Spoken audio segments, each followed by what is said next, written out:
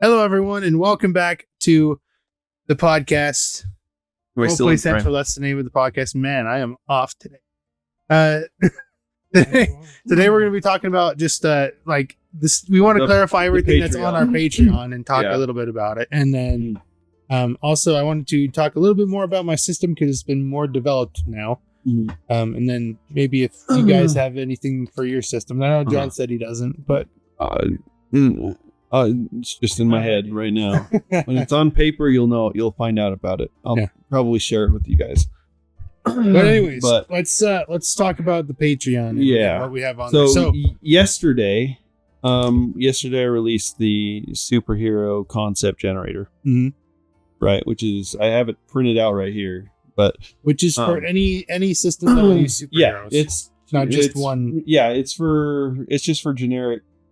It's a generic system for any superhero TTR, or if you just want to go with super.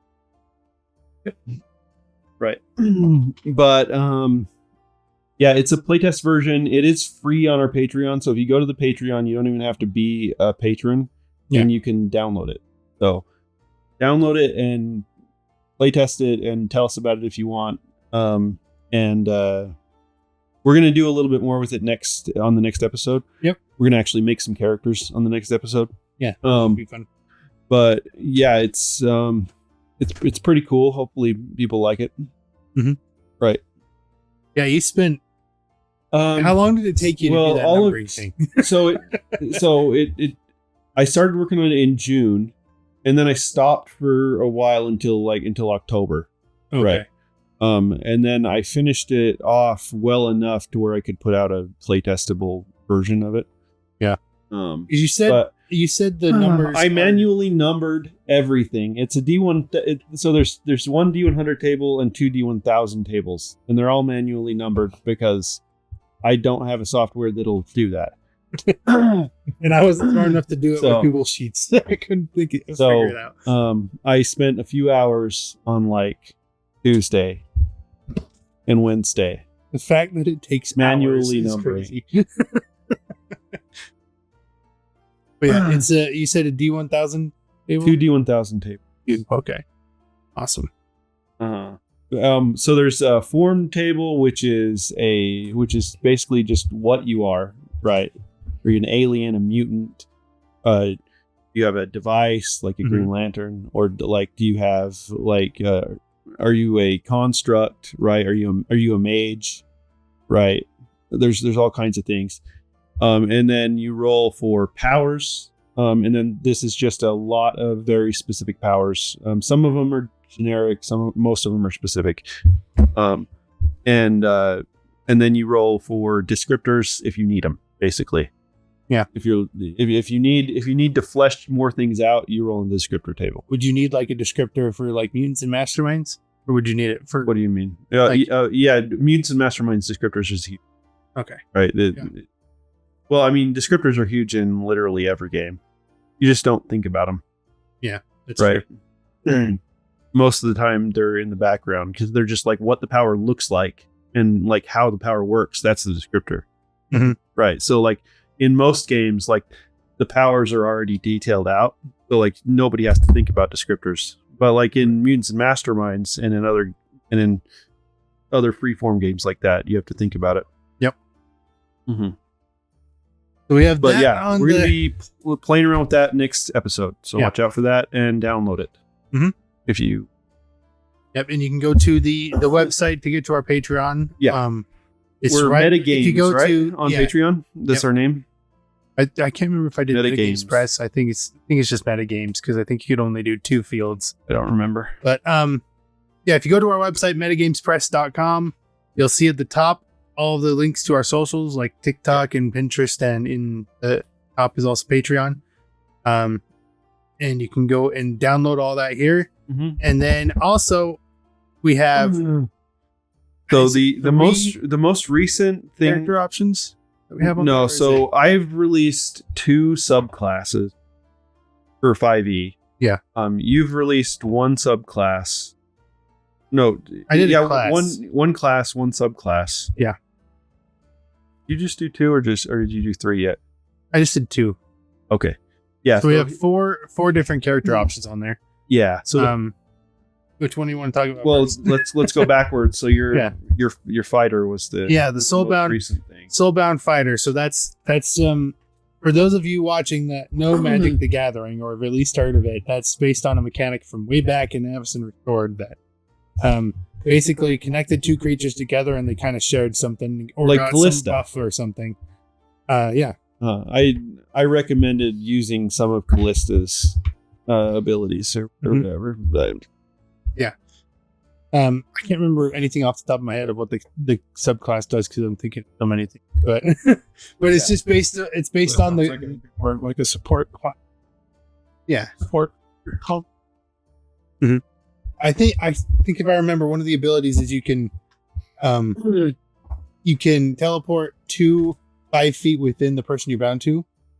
So, like, it's a super agile fighter, which is what I meant it to be. You're literally, you choose who you're connected to, and then it stays that way until either it like is forcefully ended by like your death or something, or you choose to change it to someone else. But and it's just an agile fighter, super agile fighter. And then before that, what was it? Was it one of yours? So I released the Circle of the Depths. Was your idea?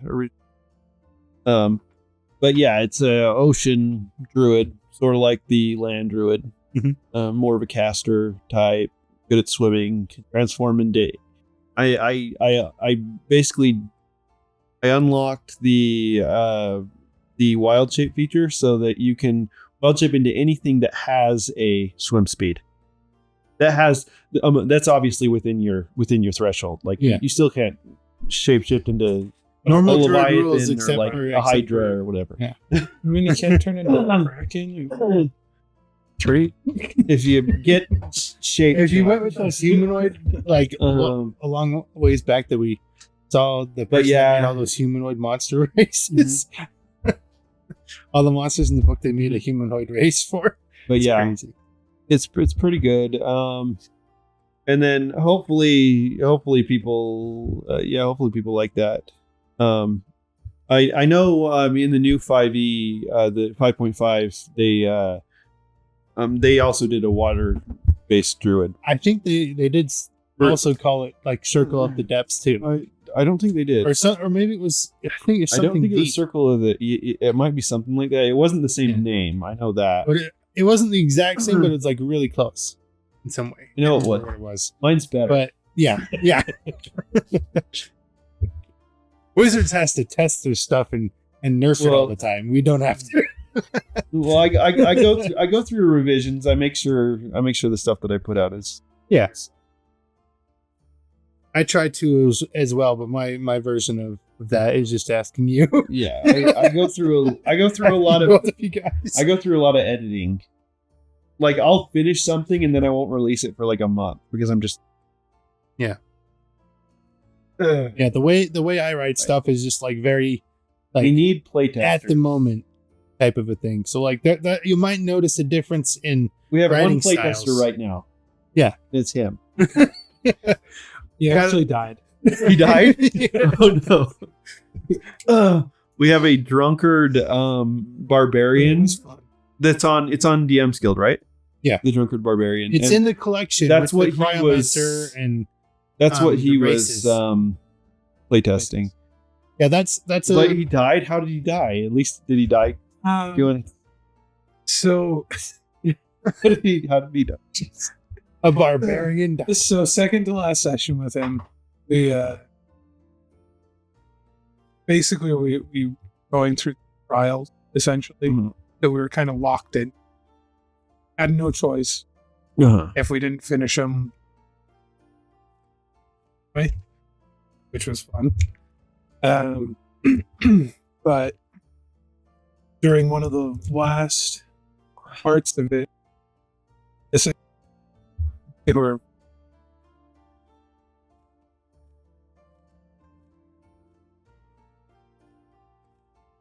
obviously we're trapped.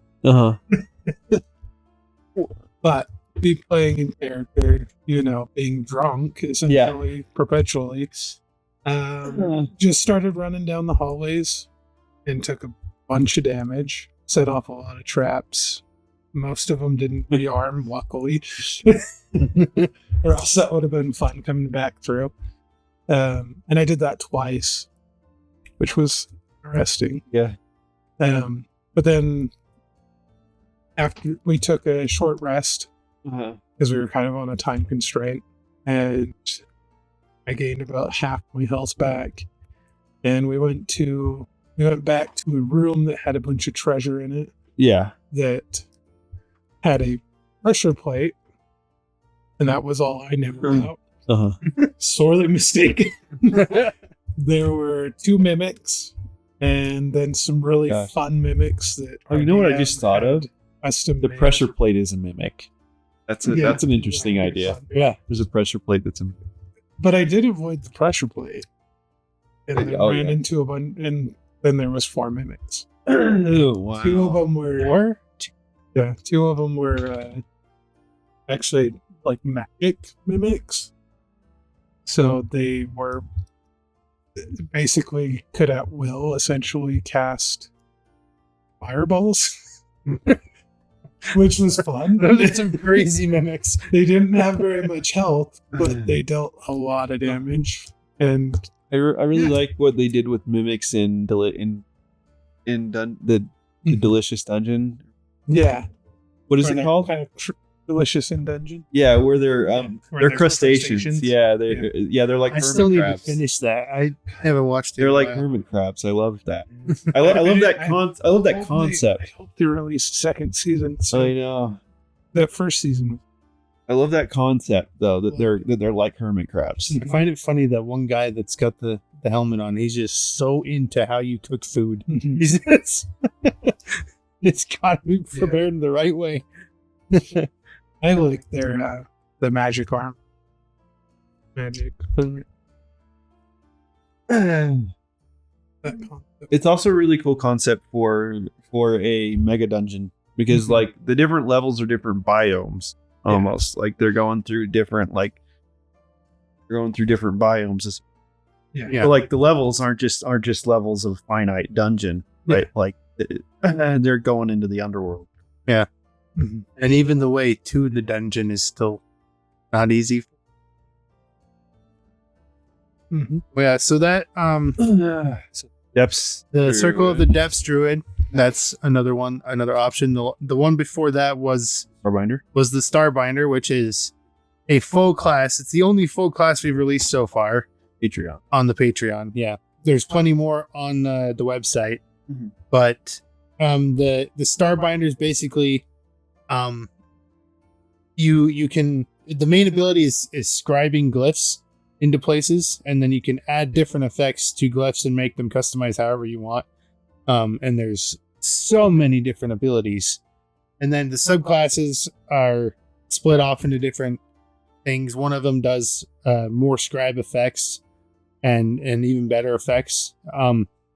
Another one's more like protection like based and like buffing people. And I think there's like 1 or 2 more on there, but it's a super heavy focus on drawing glyphs, but I call them constellations in the class because it's just flavorful. But you can also kind of like connect them together too to form a giant constellation.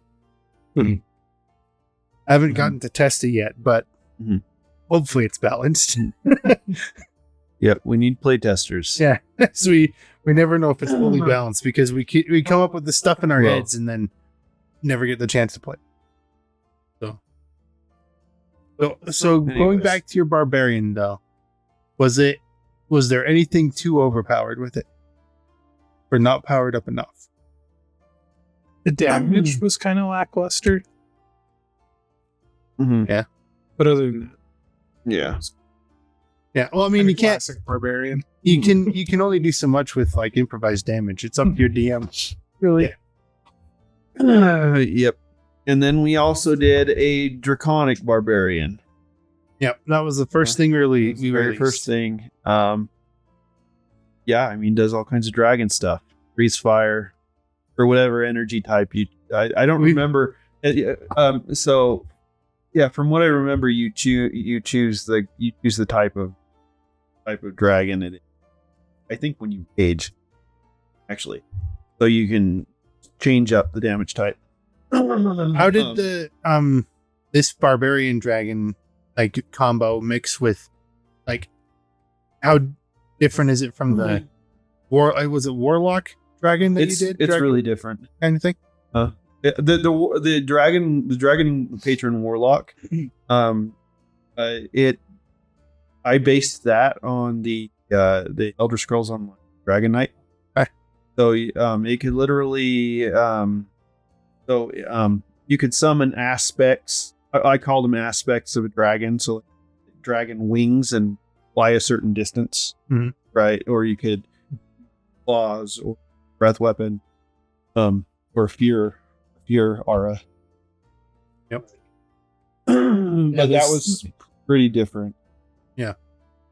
There's lots of stuff on DM's Guild that that release was really a big one.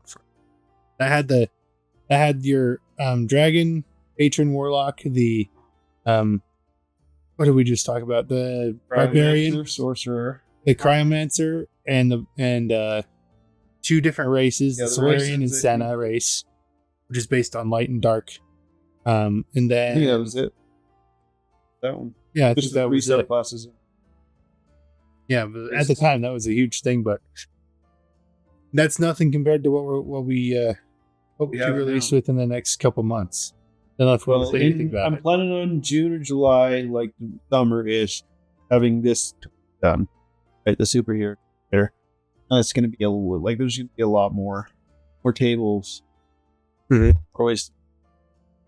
Yeah, and hopefully in probably December or maybe later this month, we're hoping to update our pirate class on DM's Guild and a pirate class, and also release new subclasses for it because we have things already in the They're going works. to come with the update. Yeah. They're going to come with the update. Yep. And that will make that class like super crazy because there will be a lot of options because didn't we have three in the base? We only had three. Very many. Well, I mean, but like compared to what we want to release, like it's another like at least three, right? 2 or 3. Yeah, I remember how many we have. At least doubling. Yeah, so there's gonna be quite a bit of options. Be crazy if we made that like the cleric, where it has just so many things you can't even see straight. Well, there are a lot of kinds of. There's a lot of different types of pirates. Yeah. Well, yes. Yeah. Just if anyone is interested in any of these things we're talking about, once again, you can get to DM's Guild on our website. At the bottom of the website, there's a link to the DM's Guild page. Or you can just go to DM's Guild and search for Metagames Press. All the stuff will come up. We have a lot of things up there. There are illusionist class, which is very popular. The another warlock patron called the Phantasm is also popular, and the pirate class is probably our top 3 things on there. And then of course we have our book we've had released for a full year now. Almost. It's going to be a year in January. So yeah, which is good. And that was a lot of work, and I don't even know how many subclasses and classes we have now that we have the book, plus all the other stuff. Yeah, there's like a lot. we probably have close to like 50 or 60 different classes, and within subclasses. I mean, between classes and subclasses, between classes and subclasses, we have about 60 different character options that way. Within the past like year, which is crazy. But I think that's it. You guys had well, didn't you want to talk about it? Yeah, you wanted to tell them. Yeah. So Arrows and Hearts. Originally, the plan was to release a Kickstarter at the beginning of the year. Now, that I hope will still happen, but it's not going to be right at the beginning of the year like I was hoping. I was hoping for January 1 to have it ready to go and everything, but it's looking grim on that's going to happen. So my plan is hopefully in sometime in the first quarter of next year. So by the end of March at the latest, I'd hope to have things up and ready for Kickstarter for a launch there into the alpha of the system. So pay attention for that. What I'll tell you right now about it is like it's gone through a lot of revision, but it's still focused on solely hit points and a new point system called Blood Points, which I think I mentioned last time. But in addition to that, there's a whole lot more character abilities than I was originally planning, and spell casting. There's no like. I'm trying to make it as deep as possible, but also as simple as possible. So, I don't want to mention specifics, but it's gone through a lot of revision. Like the soul, like what you roll against and stuff has changed and all that. I haven't. It's been a while since I've other work. Yep. Well, makes sense because I've been busy. Yeah. You've been making the superhero generator. Yeah. Anything else you guys want to talk? I think that's it for this. Yeah. I think that's it. Well, thanks everyone for tuning into this one. Kind of just a little catch up of what's going on. But yeah, next time we're gonna roll up some superheroes. Yep. And thanks everyone for all the reception on our last two videos. That's insane. Are just ballooning in views all of a sudden is super awesome. And thank you everyone for doing that and all the subscribers that we keep getting and everything. Make sure you keep leaving your comments and tell us what you want to see, because we are open to whatever you guys want to see. And if you guys want anything that we have made, we have DMs Guild. You can search Metagames Press on there, or go to our website, metagamespress.com. Find our other stuff there that's not on DMs Guild. And then we also have our blog and the Drive-Thru RPG store as well. And then, of course, don't forget the Patreon. Could get all the stuff we just talked about. The class is on the Champions tier, which is the $5 a month tier. It's the top level of the Patreon. And then everything else, I think, is linked to the $1 a month tier. And then the superhero generator is free. Yeah. So be on the lookout for more stuff to come, because it's going to be coming every month to the Patreon. Not next episode, but the one after that. Like the next two probably after that are going to be on the new the new 5.5 DM. Yep. We're going to be looking into that super deep. I want to do an episode where we just have it and we're just flipping through pages and just talking the whole time about it. Maybe even a couple episodes like that. Yeah, we can go. But yeah, thanks everyone once again for watching, and we'll see you guys in the next one.